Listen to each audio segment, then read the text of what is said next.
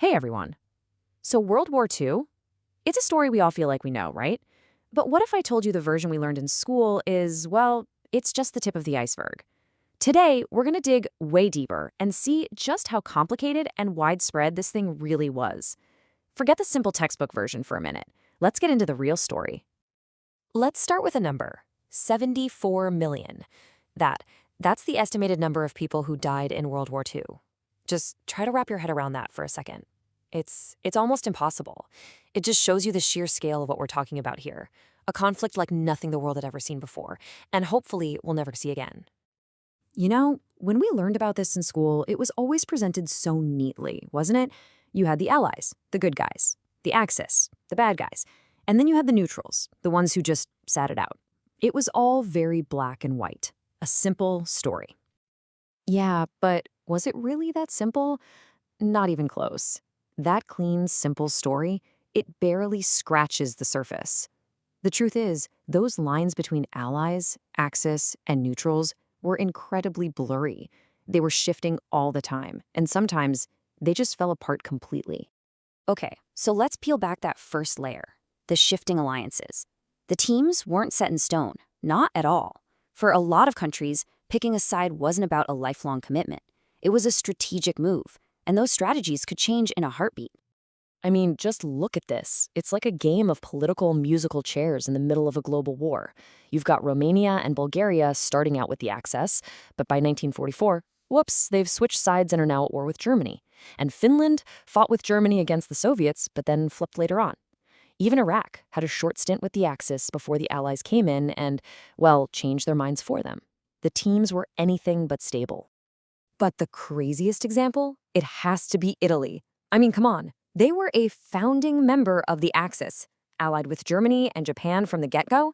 But then, 1943 rolls around, the Allies invade, Mussolini's government collapses, and what does Italy do?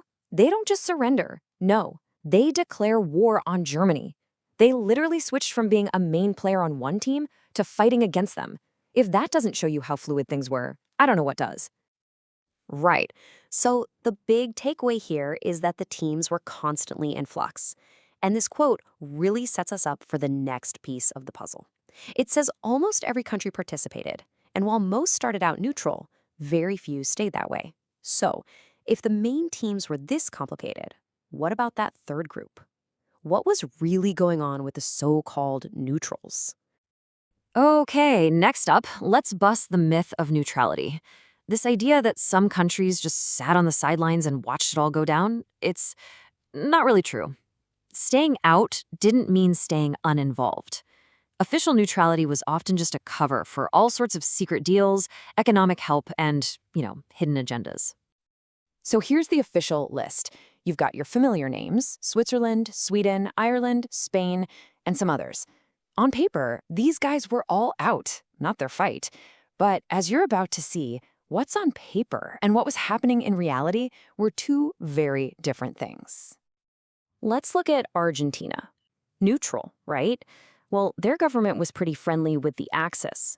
So friendly, in fact, that after the war, it became one of the main destinations for high-ranking Nazis trying to escape justice.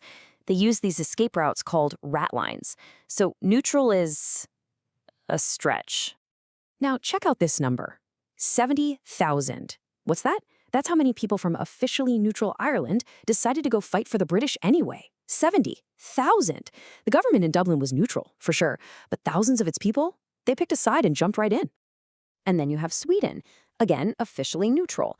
But here's the thing, they were selling Germany tons of iron ore and other resources.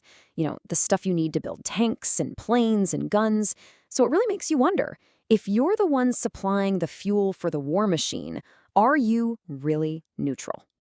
All right, so if the teams were always changing and neutrality was basically a myth, what does that leave us with? It brings us to the biggest point of all.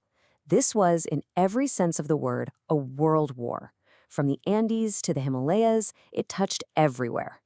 See, once you stop thinking about just the big names, the US, Britain, Germany, Japan, and you start adding in all the colonies, all the territories, all the smaller nations that declared war or just gave supplies, the picture changes completely. Pretty soon, almost the entire globe is involved in one way or another. The war's reach was just massive. And we're not just talking about every continent being touched by the war. We're talking about nations getting pulled into the fight from the most surprising places. So buckle up, because we're about to do a quick world tour of the war's most unexpected players. Okay, how about this? Brazil sent 25,000 soldiers to fight their way through Italy. Mexico? They declared war on the Axis after German U-boats made the mistake of sinking their oil tankers. We already talked about Iraq's wild ride, switching teams mid-war. And then you have soldiers from Nepal and even Mongolia fighting alongside the Soviets against Japan. These aren't the countries you usually hear about, but they were right there in the thick of it. And this is so important. We have to talk about the colonial forces. This is a huge reason the war went global so fast. The Indian Empire put together the largest all-volunteer army in history, 2.5 million soldiers. You had troops from the Belgian Congo fighting in Africa, Algerian soldiers in Italy and France, soldiers from Fiji fighting in the Pacific, guys from Cyprus who were at Dunkirk. They were absolutely critical to the Allied victory, fighting all over the world. So by now you're probably thinking, okay, I get it, it was global. But what if I told you it went even further? To literally the most remote, most uninhabitable place on Earth. That's right, Antarctica. Even the South Pole wasn't safe. In 1938, the Nazis actually sent a mission down there to claim a chunk of it for Germany. So what did the British do? They launched their own secret mission to set up bases and keep an eye out for German U-boats. Then Argentina jumped in and made its own claim too. Think about that. They were playing geopolitical chess at the very bottom of the world. So when you look at the actual definition of a world war, a war involving most of the world's major nations, yeah, World War II fits that bill more than any conflict in human history. It literally earned its name. So what's the bottom line here? That simple story of allies versus Axis we all learned? It's not necessarily wrong, it's just incomplete.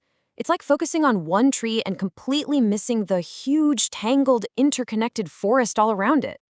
The real story is so much messier, and honestly, so much more interesting. It's this giant, complex web of changing loyalties, shady deals, and fighters from places you'd never expect. Which leaves us with one last big question to think about. How on earth did a dispute in Europe escalate to a point where it literally engulfed the entire planet? The answer is in that web we've been talking about. It's a powerful reminder that, in our world, nothing ever happens in isolation.